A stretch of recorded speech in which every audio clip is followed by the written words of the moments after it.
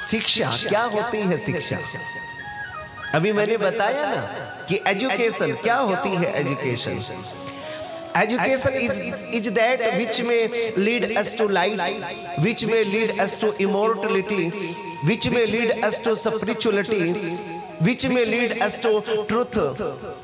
I don't want only worldly education but also spiritual education.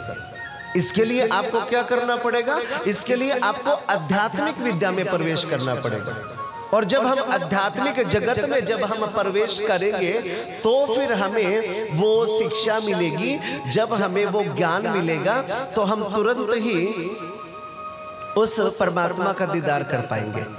फिर आप इस जगत में, इस संसार में कैसे रहोगे? जैसे कमल का फूल होता है। कमल का फूल कीचड़ में होता है, लेकिन वो हमेशा कीचड़ से निर्लेप रहता है, ऊपर रहता है, कभी भी कीचड़ से लिप्त नहीं होता।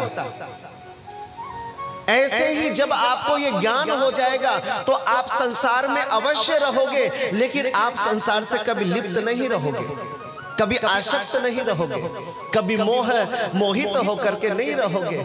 फिर तो आप उपराम होकर के लेना देना भी करोगे, सारे कार्य संपन्न करोगे, लेकिन तुम्हारा मन, तुम्हारा चित्त और तुम्हारा हृदय कहाँ रहेगा?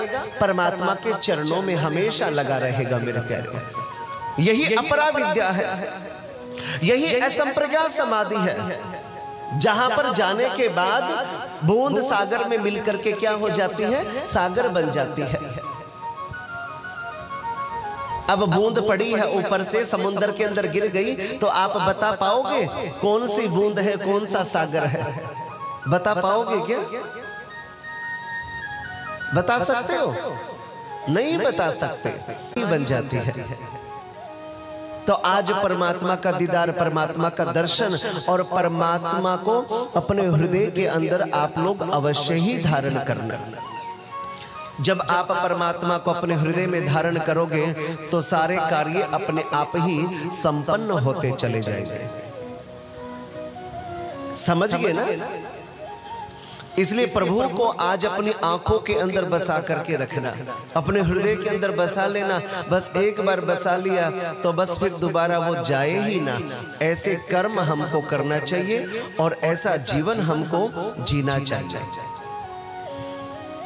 माँ भागीरथी का पावन तट है, जहां पर माँ गंगा कलकल करती हुई प्रवाहित हो रही है।